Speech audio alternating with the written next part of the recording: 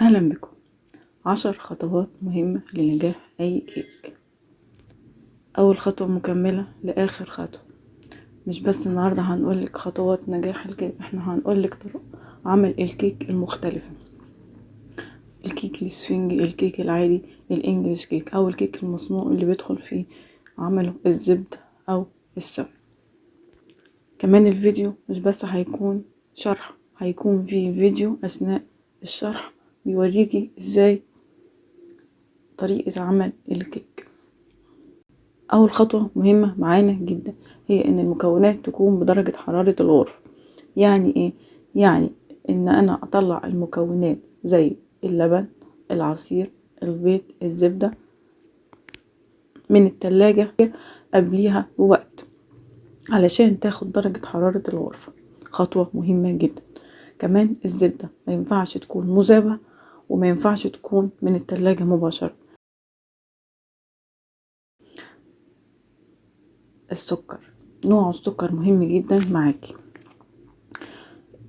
كل الكيكات اللي بتشتريها ديت بيستخدموا دايما السكر البودر، ما بيستخدموش السكر العادي. لكن لو هتستخدمي السكر العادي هيبقى سكر ناعم، كمان هتخفقيه كويس جدا. ويفضل دايما استخدام السكر البودر في الكيك، بيدي نتيجة افضل. خطوة مهمة معانا جدا هي الدقيق. الدقيق من الخطوات المهمة جدا اللي لازم تستخدمي دقيق مخصص للكيك.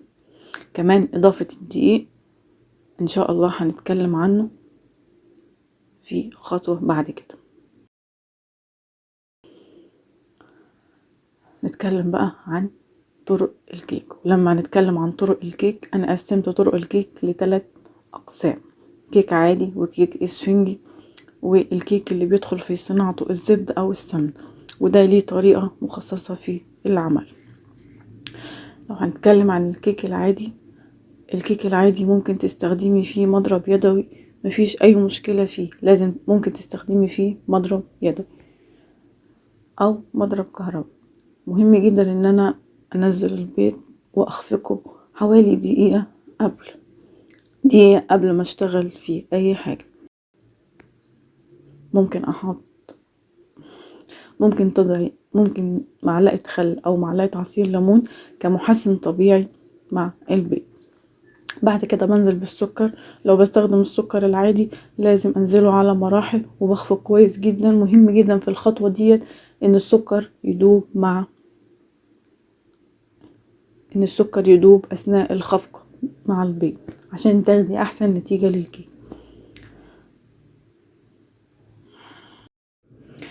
اضافة السوائل مهمة جدا. السوائل زي اللبن او الزيت، ولو عندي زبدة مذابة بتنضاف معاه.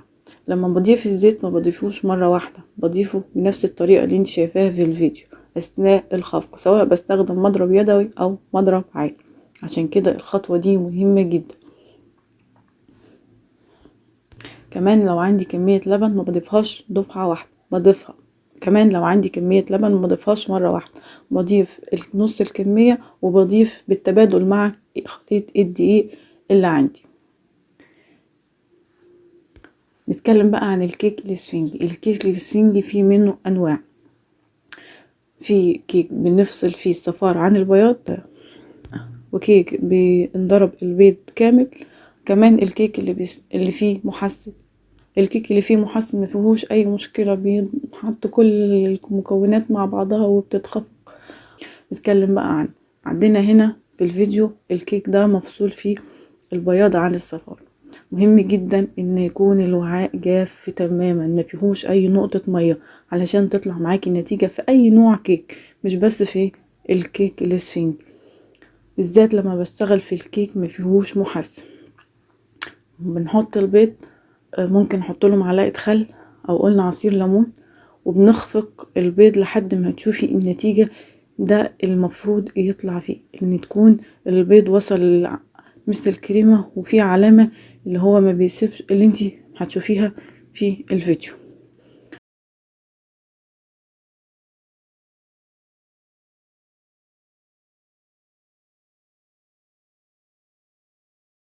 لو البيض عندي كامل بشتغل بنفس الطريقة على حسب نوع الكيك اللي انا هستخدمه.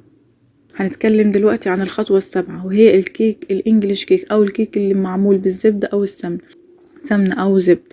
بيتخفق كويس جدا مع السكر البودرة، يبقى عامل زي الكريمة. ودي خطوة اي كيك فيه سمن لازم نعمل نفس الطريقة دي عشان يديكي نتيجة كويسة. بعد كده بنبدأ نضيف بيضة. ما بنضيفش البيض مرة واحدة، بنضيف بيضة وبنخفق.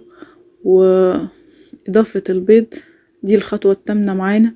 بنضيف بيضة وبعد كده أول ما البيضة بتختفي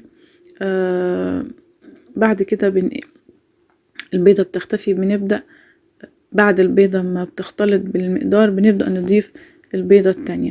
كمان هنتكلم معاكي عن في الكيك الاسفنجي مهم جدا المعيار. يمكن في الكيك العادي ما عندناش مشكلة في ان كوباية الدقيق تزيد شوية، ممكن تزودي نسبة السائل، لكن في الكيك الاسفنجي لا.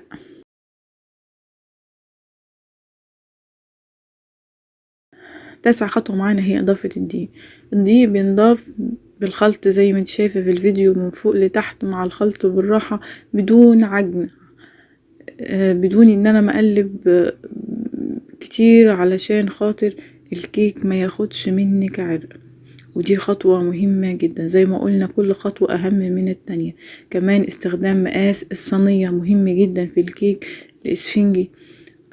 في الكيك العادي ما بيفرقش كتير غير في الارتفاع، كيكة عالية او كيكة ارتفاعها مش عالي، لكن ما بيحصلش اي مشكلة. لكن في الكيك الاسفنجي لا، لازم مهم جدا ان انا استخدم مهم جدا ان انا استخدم صينية مقاس مظبوط، لان كده مش هيطلع ارتفاع الكيك معاكي كويس، وبالتالي فانتي مش هتعرفي تقطعي الطبقات اللي انتي عايزاها. نتكلم بقى عن المقاس الصينية. زي ما اتكلمنا مهم جدا مقاس الصينية في الكيك الاسفنجي. طيب نتكلم بقى عن التسوية والفرن، ودي اهم خطوة.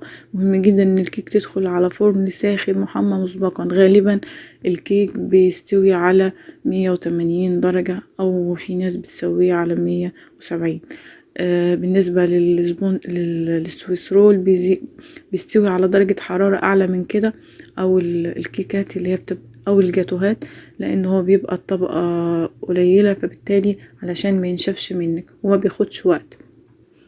كمان لما بسيب الكيك بعد ما استوت 5 دقايق في الفرن، مع ان انا بتابعها الحروف علشان ما تنحرقش مني، بتديلك نتيجة افضل وبتكون التسوية افضل. اي نوع كيك طبعا في الكيك الاسفنجي ما بسيبش الكيك لحد ما ينشف، لا، بس انا باخد بالي ان هو استوى كويس جدا. مهم جدا الخطوة دي. كل الصور الموجودة معاكي ديت متاحة على القناة في الفيديوهات. طبعا لسه ما عملناش معاكم كيكات كتير، ان شاء الله هتنزل حاجات قريب ان شاء الله، كيكات بإذن الله. ان شاء الله هينزل معاكم وصفات للكيك قريب، سواء كيك اسفنجي او كيك عادي. لو عجبكم الفيديو ما تنسوش تعملوا لايك وشير وتشتركوا في القناة. اتمنى يا رب يكون الفيديو مفيد ليكم. ان شاء الله انتظرونا في فيديوهات جديدة للكيك، هتكون حاجات بسيطة جدا، مش هتحتاجي مضرب. في بعض الحاجات اللي هننزلها مش محتاجة مضرب كهرباء، وهنعمل معاكم حاجات ان شاء الله قريب حلوة جدا.